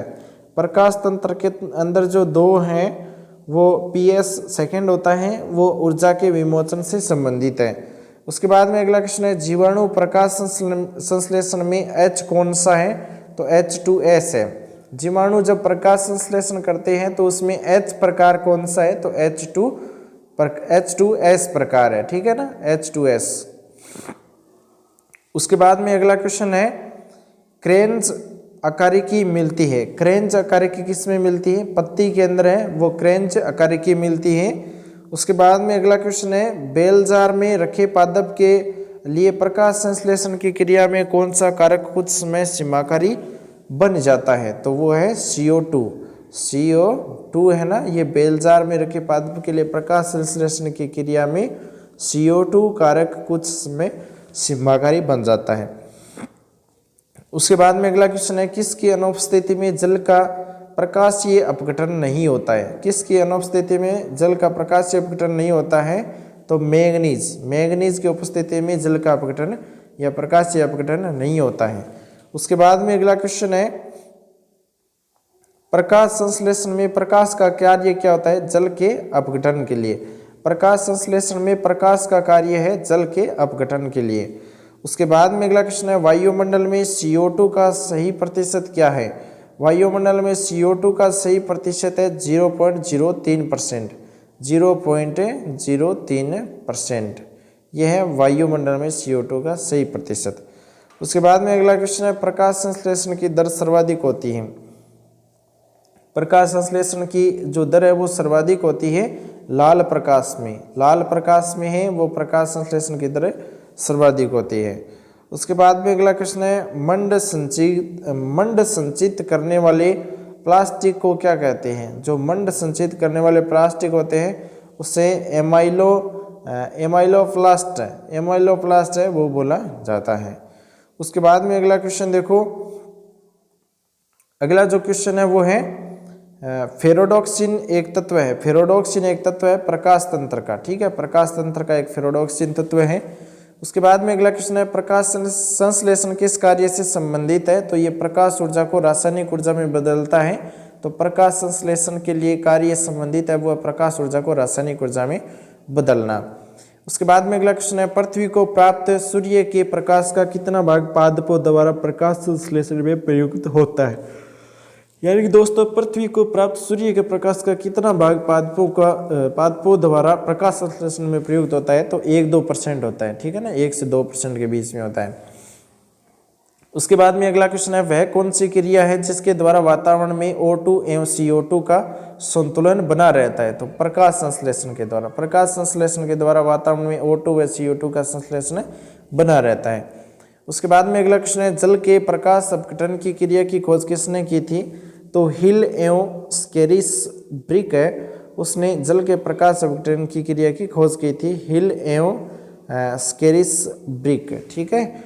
उसके बाद में अगला क्वेश्चन है, किसे सार्वत्रिक अणु कहते हैं? किसे सार्वत्रिक अणु कहते हैं? तो पर्णहरित ए है ना, इसे सार्वत्रिक अणु कहते हैं। सार्वत्रिक अणु किसे कहते हैं? पर्णहरित ए। उसके बाद में अगला क्वेश्चन है दोस्तों, सिर्फ पर्णहरित ए किस में मिलता है? तो ये नील हरित शैवाल के अंदर है, वो मिलता है। सिर्फ पर्णहरित ए है, वो नील हरित शैवाल में मिलता है। उसके बाद में अगला क्वेश्चन है, जीवाणु पर्णहरित का अणु कौन सा है? जीवाणु पर्णहरित का अणु हो जाएगा C5H2ON-Mg। ठीक है, C5H2ON-Mg जो है ये जीवाणु पर्णहरित का एक अणु है। उसके बाद में अगला जो क्वेश्चन है वो देखो, पर्णहरित ए का अणु कौन सा है? पर्णहरित ए का अणु कौन सा है? तो CH2ON-Mg, यानी CO2 CH2ON और Mg है, ये पर्णहरित ए का एक अणु है। उसके बाद में अगला क्वेश्चन है, वर्णक तंत्र फर्स्ट। वर्णक तंत्र फर्स्ट को क्या कहते हैं? PS फर्स्ट कहते हैं। इसमें कौन से अणु पाए जाते हैं? तो इसमें मुख्यतः पर्णहरित ए और पर्णहरित बी और कैरोटीनाइड जो है अणु पाए जाते हैं पर्णक तंत्र PS फर्स्ट में। मुख्यतः पर्णहरित ए और पर्णहरित बी और कैरोटीनाइड ये पाए जाते हैं अणु। उसके बाद में अगला क्वेश्चन है, PS सेकंड का ऊर्जा केंद्र क्या है? तो PS सेकंड का ऊर्जा केंद्र हो जाएगा P680। P680 क्या है? PS सेकंड का ऊर्जा केंद्र है। उसके बाद में अगला क्वेश्चन है, सिर्फ चक्रीय फॉस्फोरिलीकरण में किस में पाया जाता है? सिर्फ चक्रिक फॉस्फोरिलीकरण है, ये किस में पाया जाता है? तो स्ट्रोमा लेमेली में। स्ट्रोमा लेमेली में क्या होता है? सिर्फ चक्रिक फॉस्फोरिलीकरण पाया जाता है। उसके बाद में अगला क्वेश्चन है, बैंगनी जीवाणु प्रकाश संश्लेषण में कौन सी किरणें प्रयुक्त करते हैं? बैंगनी जीवाणु में प्रकाश संश्लेषण में कौन सी किरणें प्रयुक्त करते हैं? तो एक तो पराबैंगनी किरणें होती हैं, दूसरी अवरक्त लाल किरणें होती है। बैंगनी जीवाणु प्रकाश संश्लेषण में कौन सी किरणें प्रयुक्त होती हैं? पराबैंगनी किरणें और अवरक्त लाल किरणें। वो देखो, प्रकाश संश्लेषण की अप्रकाशिक अभिक्रिया की खोज किसने की थी? प्रकाश संश्लेषण की अप्रकाशिक अभिक्रिया की खोज किसने की थी? तो बेंसल एवं केल्विन ने। बेंसल एवं केल्विन ने। उसके बाद में जो अगला क्वेश्चन है वो देखो, अगला क्वेश्चन है, सी चक्र में प्रथम स्थायी उत्पाद क्या है? तो PGA। PGA क्या है? सी चक्र में प्रथम स्थायी उत्पाद है। उसके बाद में अगला क्वेश्चन है, पौधे में श्वसन के दौरान ग्लूकोज का पायरुविक अम्ल में विघटन क्या कहलाता है? ये रीट 2022 में क्वेश्चन पूछा है कि पौधों में श्वसन के दौरान ग्लूकोज का पायरुविक अम्ल में विघटन कौन सा है? तो वो है ग्लाइकोलाइसिस। ग्लाइकोलाइसिस है ना, ये प्रकाश संश्लेषण के अंदर जो पायरिक अम्ल के विघटन में काम आता है। उसके बाद में अगला जो क्वेश्चन है वो देखो, जैविक ऑक्सीकरण में ऊर्जा किस रूप में संग्रहित होती है? जैविक ऑक्सीकरण में ऊर्जा है वो APT के रूप में संग्रहित होती है। जैविक ऑक्सीकरण में ऊर्जा है वो APT के रूप में संग्रहित होती है। 3 नंबर ऑप्शन सही हो जाएगा। उसके बाद में अगला क्वेश्चन है, कौन सा उच्च ऊर्जा युक्त अणु है? तो इनमें से कौन सा है जो उच्च ऊर्जा युक्त अणु है? तो वो है TPP। TPP है वो एक उच्च ऊर्जा युक्त अणु है। उसके बाद में अगला क्वेश्चन है, ADP से ATP के बनने में कितनी ऊर्जा आवश्यकता होती है? तो ADP से ATP बनने में 7.3 किलो कैलोरी ऊर्जा की आवश्यकता होती है। 7.3 ATP के अंदर ATP से ATP में बनने के लिए कितने ऊर्जा चाहिए? 7.3 किलो कैलोरी। उसके बाद में अगला क्वेश्चन है, ऊर्जा की मुद्रा क्या है? तो ऊर्जा की मुद्रा क्या होती है? ATP। ATP है वो क्या है? एक ऊर्जा की मुद्रा है। उसके बाद में अगला क्वेश्चन है, ATP किस में बनता है? तो ATP है वो श्वसन में भी बनता है, प्रकाश संश्लेषण में भी बनता है और फोटोफॉस्फोरिलेशन में भी बनता है ATP। उपरोक्त सभी इसका सही आंसर हो जाएगा। उसके बाद में अगला क्वेश्चन है अवायवीय श्वसन का उत्पाद क्या है। अवायवीय श्वसन का उत्पाद क्या है। एथिल एल्कोहल, CO2 और लैक्टिक अम्ल, ये तीनों ही क्या है, अवायवीय श्वसन का उत्पाद है। उसके बाद में जो अगला क्वेश्चन है वो देखो, वायवीय श्वसन का उत्पाद क्या होता है। वायवीय श्वसन का उत्पाद है वो क्या होता है, CO2, H2O और ऊर्जा। CO2, H2O और ऊर्जा, ये तीनों ही क्या है, वायवीय श्वसन के उत्पाद है। उसके बाद में अगला क्वेश्चन है ATP के रूप में ग्लाइकोसिस में कुल कितना लाभ होता है। तो 8। ATP के रूप में ग्लाइकोसिस में कुल कितने होते हैं, 8 लाभ होता है, ठीक है ना। उसके बाद में जो अगला क्वेश्चन है वो देखो, ATP का निर्माण कहाँ होता है। ATP का निर्माण होता है क्रिस्टी पर उपस्थित ऐप तत्वों पर वन में। क्रिस्टी पर उपस्थित ऐप है, ऐप तत्वों पर वन है, ये ATP के निर्माण कहा जाता है, ठीक है। उसके बाद में अगला क्वेश्चन देखो, प्रभावी इलेक्ट्रॉन अभिगमन तंत्र के लिए क्या आवश्यक है। प्रभावी इलेक्ट्रॉन अभिगमन तंत्र के लिए क्या आवश्यक है, तो वो O2 यानी O2 आवश्यक है। उसके बाद में अगला क्वेश्चन देखो, PPP यानी पेंटोज फॉस्फेट फत कोशिका में कहाँ संपन्न होता है। तो ये कोशिका द्रव्य के अंदर संपन्न होता है। उसके बाद में अगला क्वेश्चन देखो, PPP किसका विकल्प है। तो ये वायवीय श्वसन का विकल्प है, PPP। अगला क्वेश्चन है PPP किसका विकल्प है। तो ये एक वायवीय श्वसन का विकल्प है, 3 नंबर ऑप्शन सही हो जाएगा। उसके बाद में अगला क्वेश्चन है, सभी श्वसन यंत्रों में प्रथमतः कौन सा श्वसन आधार अप्रभावी होता है। तो कार्बोहाइड्रेट है, ये सभी श्वसन यंत्रों में प्रथम है वो कार्बोहाइड्रेट श्वसन आधार अप्रभावी होता है। उसके बाद में अगला क्वेश्चन है, वसा एवं कार्बोहाइड्रेट की मात्रा में तुलना करने पर किससे अधिक ऊर्जा प्राप्त होती है। तो वसा से। वसा एवं कार्बोहाइड्रेट की मात्रा में तुलना करने पर जो वसा से सबसे अधिक ऊर्जा है वो प्राप्त होती है। उसके बाद में अगला क्वेश्चन है, मास्लोदभिदों में श्वसन आधार के अलावा अन्य क्या आधार प्रयुक्त होता है। तो कार्बनिक अम्ल प्रयुक्त होता है मास्लोदभिद में। उसके बाद में अगला क्वेश्चन है, कार्बोहाइड्रेट का RQ क्या होता है। यानी कि कार्बोहाइड्रेट है, इसका RQ क्या होता है, 1 होता है। RQ क्या होता है, 1 होता है। उसके बाद में अगला क्वेश्चन है, वसा का RQ क्या होता है। तो 1 से अधिक होता है। दोस्तों क्वेश्चन आप यहाँ से देखिए, कार्बोहाइड्रेट का RQ 1 होता है और वसा का RQ क्या होता है, 1 से कम होता है। उसके बाद में अगला क्वेश्चन है, प्रोटीन का RQ क्या होता है। तो 1 से कम होता है। प्रोटीन का RQ है वो भी क्या होता है, 1 से कम होता है। अगला क्वेश्चन है, ऑक्सीकरणीय फास्फोरिलीकरण कहाँ होता है। तो ऑक्सीकरणीय फास्फोरिलीकरण है ये माइटोकॉन्ड्रिया में होता है, ठीक है, माइटोकॉन्ड्रिया में। 2 नंबर ऑप्शन सही होगा। उसके बाद में अगला क्वेश्चन है, सर्वव्यापी हाइड्रोजन ग्राही है। सर्वव्यापी हाइड्रोजन ग्राही है वो कौन सा है, कोएंजाइम A है। कोएंजाइम A क्या है, सर्वव्यापी हाइड्रोजन ग्राही है। अगला क्वेश्चन है, ऑक्सीश्वसन के EMP पद के मध्य कुल ATP का उत्पादन है वो कितना होता है। तो 6 ATP होती है, 6 ATP होती है ऑक्सीश्वसन में। अगला क्वेश्चन है, ऑक्सीश्वसन में शर्करा के अपूर्ण अपघटन से प्राप्त होता है। यानी कि दोस्तों अनऑक्सीश्वसन में शर्करा के अपूर्ण अपघटन से प्राप्त होता है तो एल्कोहल तथा CO2 है वो प्राप्त होता है। अगला क्वेश्चन है, ग्लाइकोसिस तथा क्रेब्स चक्र के बीच की कड़ी है उसे क्या कहते हैं। ऑक्जेलो एसिटिक अम्ल बोलते हैं। जो ग्लाइकोसिस और क्रेब्स चक्र के बीच की कड़ी है ना, उसे ऑक्जेलो एसिटिक अम्ल कहते हैं। अगला जो क्वेश्चन है, पायरुविक अम्ल एक यौगिक है जिसमें 3C होता है, ठीक है ना, 3C। अगला जो 3C का मतलब आप समझ रहे हैं ना, 3 कार्बन होते हैं। अगला जो क्वेश्चन है, श्वसन में विमोचित CO2 तथा उपयोग की गई का अनुपात क्या कहलाता है। तो उसे श्वसन अवस्थर कहते हैं, श्वसन अवस्थर बोलते हैं। श्वसन में विमोचित CO2 तथा उपयोग की गई का जो अनुपात है वह श्वसन अवस्थर है। अगला क्वेश्चन है सर्वप्रथम गोल्जी उपकरण को किसने वर्णित किया था। ये रीट 2022 में पूछा है कि सर्वप्रथम गोल्जी उपकरण को किसने वर्णित किया था, तो कैमिलो गोल्जी ने सबसे पहले वर्णित किया था गोल्जी उपकरण को।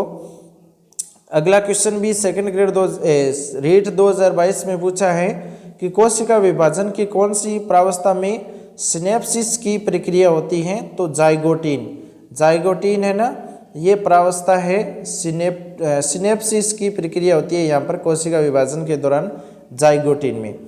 अगला जो क्वेश्चन है वो देखो, कोशिका विभाजन में सिनेप्टोनीमल सम्मिश्रण का निर्माण कौन सी अवस्था में होता है, तो ये पूर्व अवस्था फर्स्ट के अंदर होता है।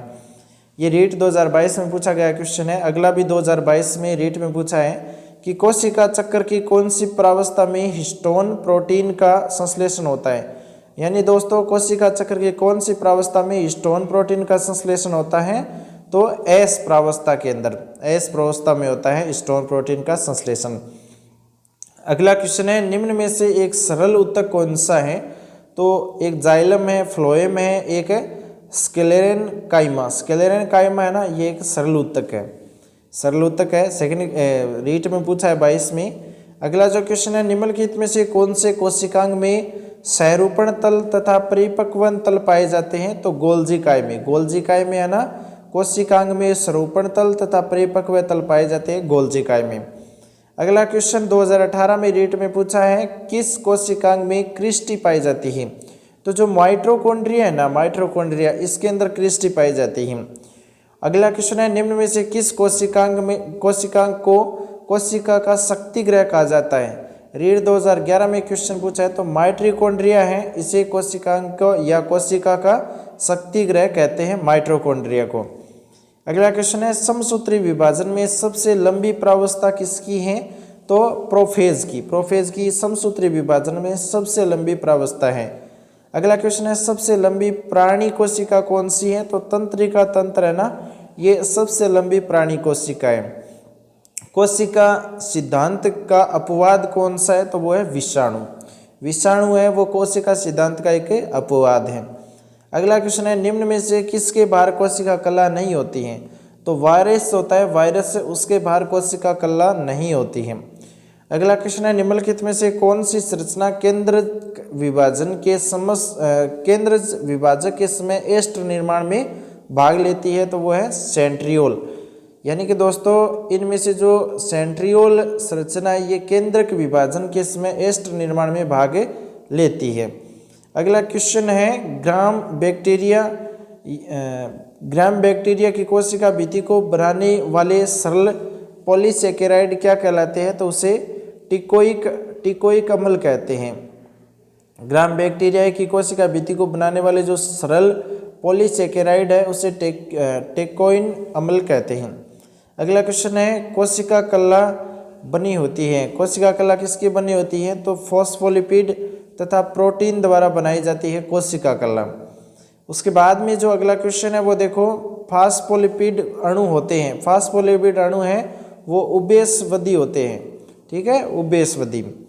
अगला जो क्वेश्चन है वो है फॉस्फोलिपिड अणुओं के जल विरागी सिरे होते हैं, तो अध्रुवीय।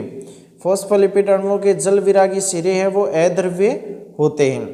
अगला क्वेश्चन है प्लाज्मा मेम्ब्रेन कार्य करती है, प्लाज्मा मेम्ब्रेन है वो ग्राहक प्रोटीन स्थल के रूप में कार्य करती है, सीमांतक झिल्ली के रूप में कार्य करती है और एक क्रियाशील सतह के रूप में भी कार्य करती है। तो सभी जो कथन है ना वो प्लाज्मा मेम्ब्रेन के लिए कार्य के लिए दिए गए हैं।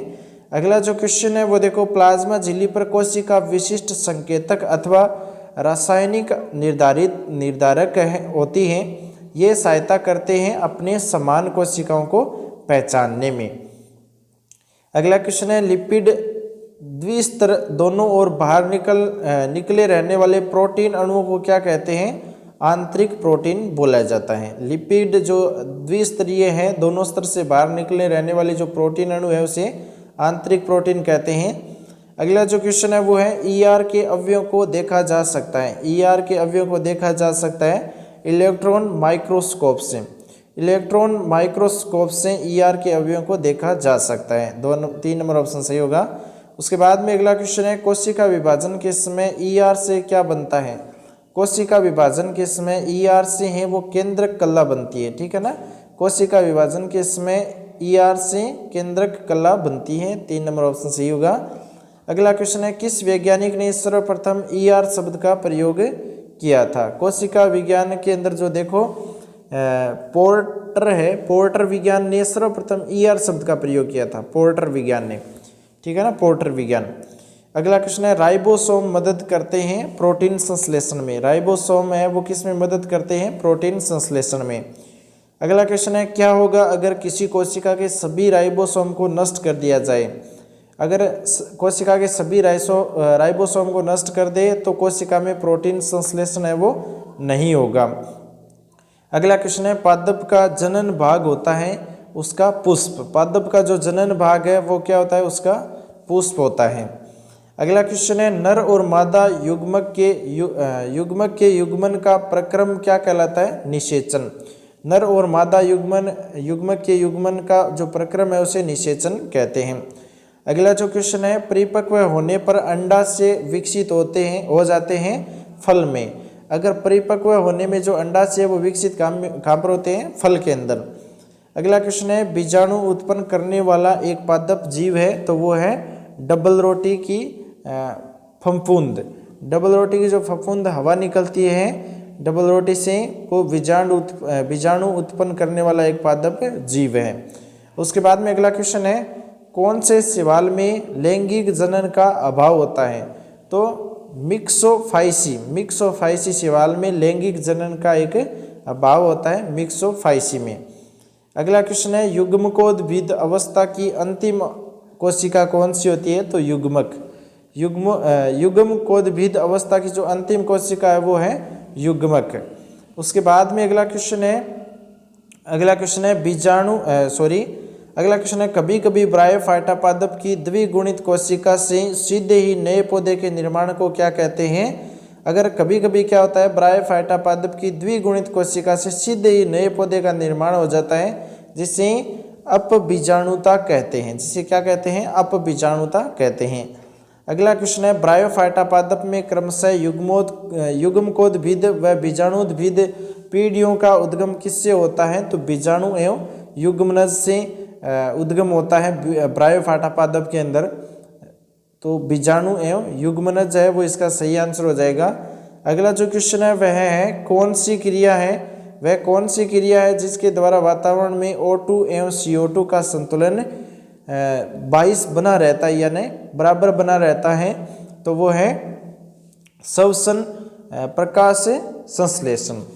यानी कि दोस्तों श्वसन और प्रकाश संश्लेषण क्रिया के द्वारा क्या होता है कि वातावरण में O2 व CO2 का जो संतुलन है वो बराबर बना रहता है।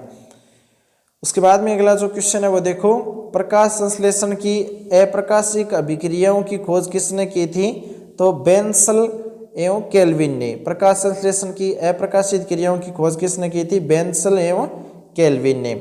अगला क्वेश्चन है प्रकाश संश्लेषण में प्रकाश का कार्य क्या होता है, जल के अपघटन के लिए। प्रकाश संश्लेषण में प्रकाश का कार्य क्या होता है, जल का अपघटन करना। अगला क्वेश्चन है वायुमंडल में CO2 का सही प्रतिशत कितना होता है, तो 0.03%। 0.03% है वो वायुमंडल में CO2 होती है, ठीक है। उसके बाद में जो अगला क्वेश्चन है वो देखो प्रकाश संश्लेषण की दर सर्वाधिक होती है लाल प्रकाश में। प्रकाश संश्लेषण की दर सर्वाधिक किस में होती है, लाल प्रकाश में। अगला क्वेश्चन है वयस्क मनुष्य के ऊपरी जबड़े में उपस्थित चर्वणक दांतों की संख्या कितनी होती है, तो 6 होती है। 6 दांत होते हैं वयस्क मनुष्य के अंदर ऊपरी जबड़े में, जो चर्वणक दांतों के रूप में आते हैं। अगला क्वेश्चन है मनुष्य शरीर की सबसे बड़ी ग्रंथि कौन सी है, तो यकृत ग्रंथि मानव की सबसे बड़ी ग्रंथि है। अगला क्वेश्चन है जठर रस में होते हैं, तो जठर रस के अंदर दोस्तों देखो महत्वपूर्ण है पेप्सिन होता है, म्यूसिन और रेनिन, ये तीनों होते हैं जठर रस के अंदर, पेप्सिन, म्यूसिन और रेनिन। अगला जो क्वेश्चन है मुख में लार द्वारा पाचन होता है, तो स्टार्च या कार्बोहाइड्रेट का। मुख के अंदर जो लार द्वारा जो पाचन होता है वो है स्टार्च के द्वारा, ठीक है। उसके बाद में अगला क्वेश्चन है पित्त रस का निर्माण होता है। पित्त रस का निर्माण कहाँ पर होता है, यकृत में। यकृत के अंदर पित्त रस का निर्माण होता है। अगला क्वेश्चन है पित्त का प्रमुख कार्य क्या होता है? तो वसा का पायसीकरण कर उसका एंजाइम द्वारा पाचन करना। पित्त का प्रमुख कार्य क्या होता है? वसा का पायसीकरण कर उसका एंजाइम द्वारा पाचन करना। अगला जो क्वेश्चन है मानव शरीर में भोजन का अवशोषण होता है छोटी आंत के अंदर। मानव शरीर में भोजन का अवशोषण कहाँ पर होता है? छोटी आंत के अंदर। अगला क्वेश्चन है अग्नाशय द्वारा पाचन एंजाइम आहार नाल के कौन से भाग में स्रावित किए जाते हैं? तो ग्रहणी में। अग्नाशय द्वारा पाचन एंजाइम में आहार नाल के कौन से भाग में स्रावित होते हैं? ग्रहणी के अंदर। अगला क्वेश्चन है निम्नलिखित में से कौन सा पाचक एंजाइम नहीं है? तो वो है इंसुलिन। रेनिन, ट्रिप्सिन और लाइपेज है, ये तीनों ही क्या है? पाचन एंजाइम है, लेकिन इंसुलिन पाचन जो एंजाइम है वो नहीं है, पाचक एंजाइम इंसुलिन नहीं होगा। अगला क्वेश्चन है पाचन क्रिया में स्टार्च के पाचन में अंतिम जो उत्पाद है उसे क्या कहते हैं? उसे ग्लूकोज कहते हैं। पाचन क्रिया में स्टार्च के पाचन में अंतिम जो उत्पाद है उसे ग्लूकोज कहते हैं। 1 नंबर ऑप्शन सही हो जाएगा। उसके बाद में अगला क्वेश्चन है ग्लाइकोजन का संचय होता है। ग्लाइकोजन का संचय कहाँ पर होता है? यकृत में। ग्लाइकोजन का संचय कहाँ पर होता है? यकृत में। अगला क्वेश्चन है अमाशय में पाचक रसों को स्रावित करने के लिए उत्तेजित करने वाला हार्मोन कौन सा है? यानी अमाशय में पाचक रसों को स्रावित करने के लिए उत्तेजित करने वाला जो हार्मोन है वो हो जाएगा सिक्रेटिन हो जाएगा। 4 नंबर ऑप्शन सही होगा। उसके बाद में अगला क्वेश्चन है प्रोटीन का पाचन होता है। प्रोटीन का पाचन किस में होता है? छोटी आंत के अंदर। छोटी आंत में प्रोटीन का पाचन होता है। अगला क्वेश्चन है मानव शरीर का कठोरतम भाग कौन सा होता है? तो इनेमल दांत होता है हमारा। मानव शरीर का सबसे कठोरतम भाग दांत होता है, इनेमल होता है। अगला क्वेश्चन है चल संधि के प्रकार कौन कौन से हैं?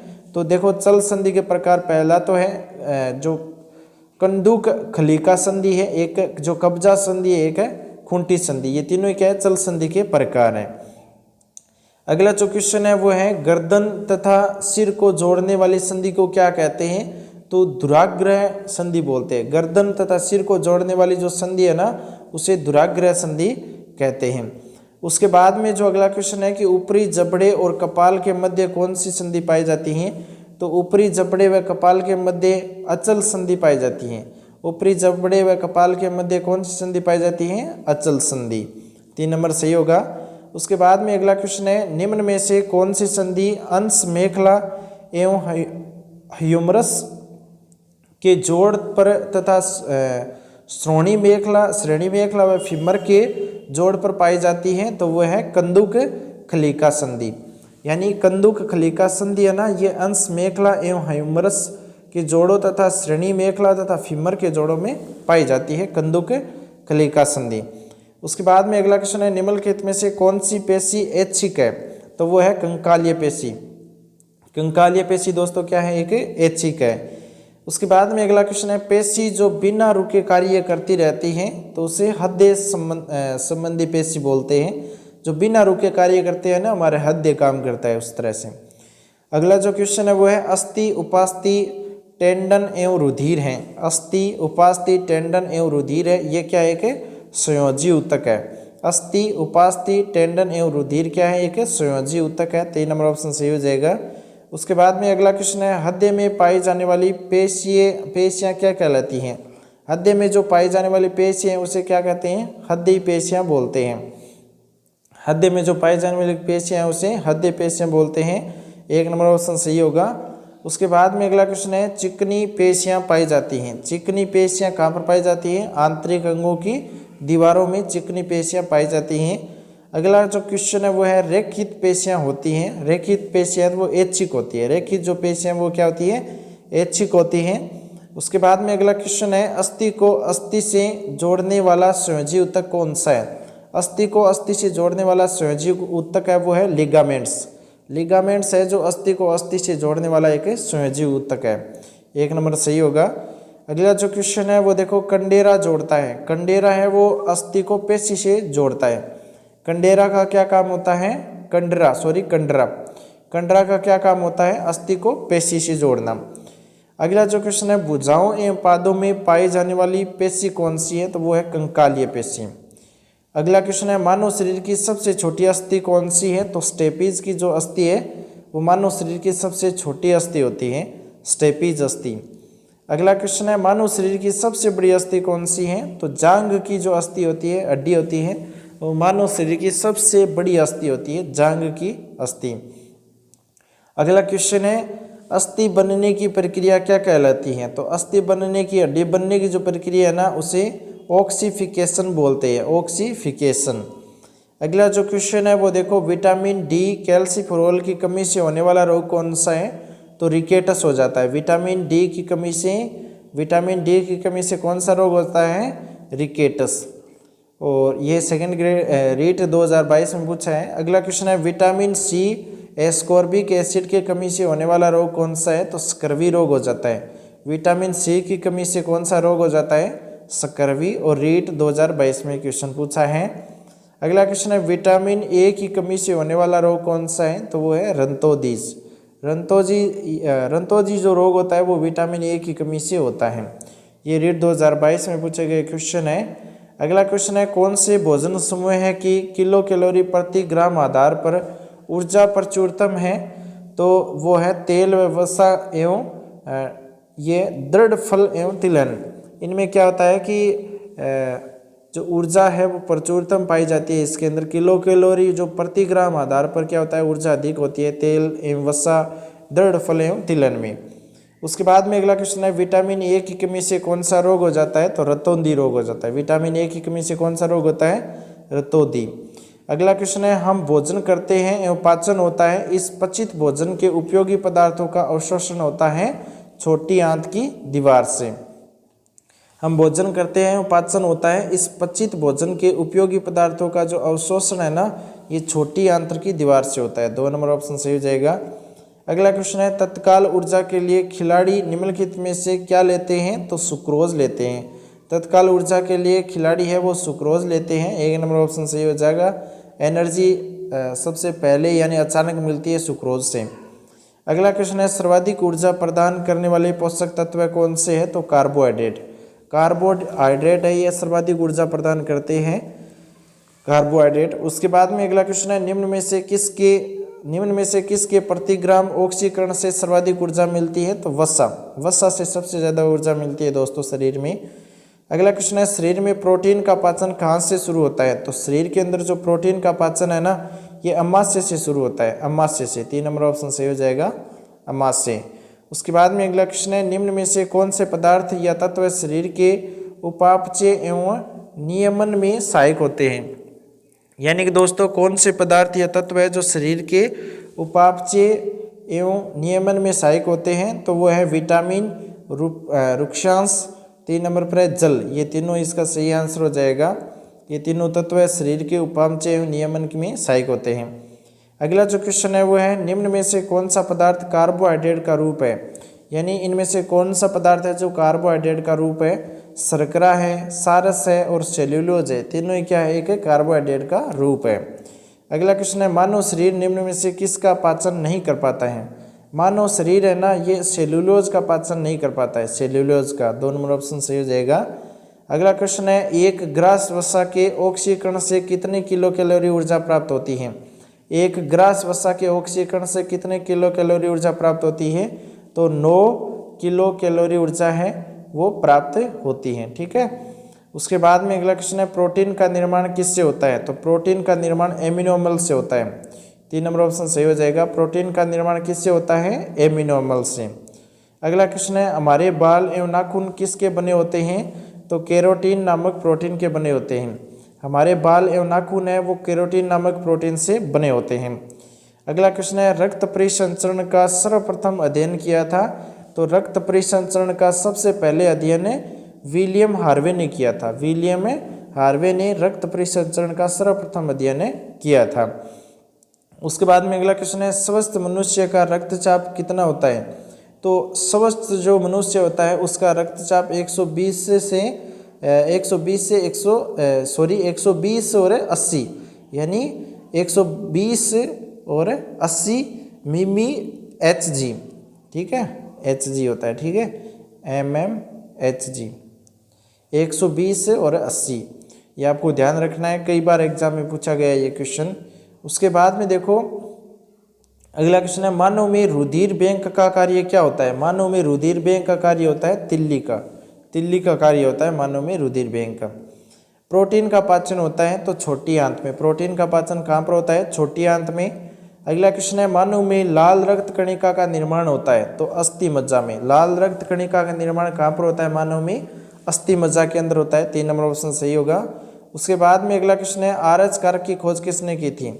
आरएच कारक की खोज लैंडस्टीनर एवं वियनर ने की थी। लैंडस्टीनर एवं वियनर ने की थी आरएच की खोज। उसके बाद में अगला क्वेश्चन है वर्णक हीमोग्लोबिन उपस्थित होता है। वर्णक हीमोग्लोबिन उपस्थित होता है आरबीसी में।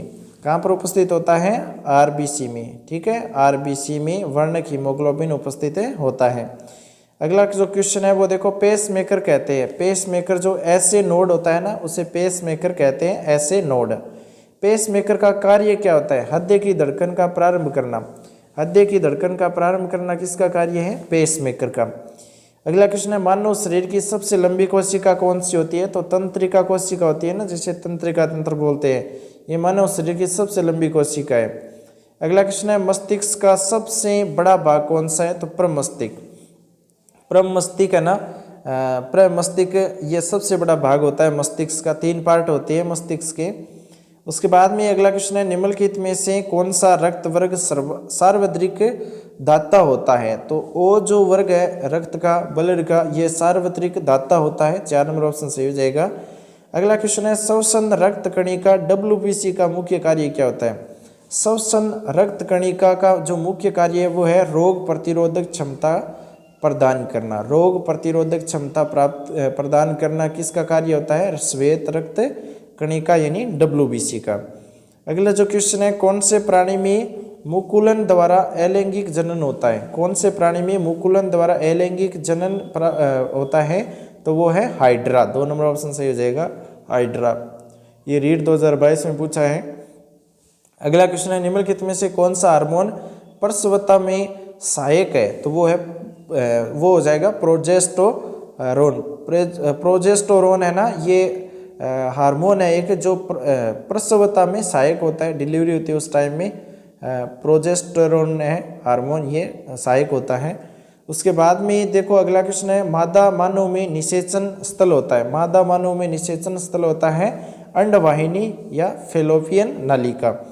अगला जो क्वेश्चन है हाइड्रा में सामान्यतः अलैंगिक जनन का प्रकार है। हाइड्रा में सामान्यतः अलैंगिक जनन का जो प्रकार है ना वो है मुकुलन। मुकुलन हो जाएगा, 4 नंबर ऑप्शन सही। उसके बाद में अगला क्वेश्चन है लैंगिक एवं अलैंगिक जनन के बीच एकांतर की कार्यनीति क्या कहलाती है। लैंगिक एवं अलैंगिक जनन के बीच एकांतर की कार्यनीति क्या कहलाती है, विषम युग्मन। विषम युग्मन कहलाती है। 3 नंबर ऑप्शन सही हो जाएगा। अगला क्वेश्चन है मेंढक के लार्वा का वयस्क में रूपांतरण को कायांतरण कहते हैं और कायांतरण का नियमन होता है थायरोक्सिन हार्मोन से। जो मेंढक के लार्वा का वयस्क में जो रूपांतरण होता है वो कायांतरण कहते हैं और वो कायांतरण का जो नियमन है वो थायरोक्सिन हार्मोन से होता है। अगला क्वेश्चन है निम्न में से एक अस्थायी अंतःस्रावी ग्रंथि कौन सी है, तो वो है प्लेसेंटा। प्लेसेंटा है वो एक अस्थायी अंतःस्रावी ग्रंथि है। अगला क्वेश्चन है ऑक्सीटोसिन का स्रावण किया जाता है, तो ऑक्सीटोसिन का स्रावण कहाँ पर किया जाता है, पीयूष ग्रंथि के द्वारा। पीयूष ग्रंथि के द्वारा किया जाता है ऑक्सीटोसिन का स्रावण।